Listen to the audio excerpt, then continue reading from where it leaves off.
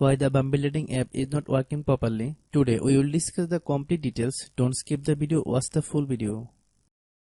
Hello guys, and welcome back to my YouTube channel Shaem Tech PD.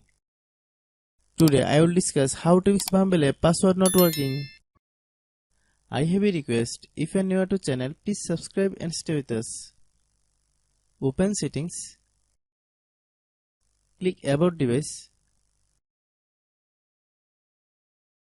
Click storage. Then click clean up.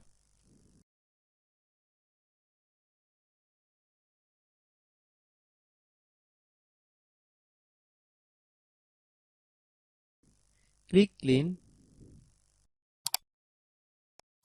Click back. Open the date and time settings.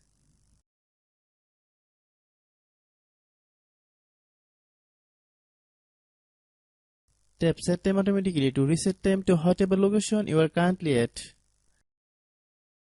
Click back. Click apps. Click app management. Find Bumble app. Click Bumble app. Click storage use. Click clear cache. Then click clear data.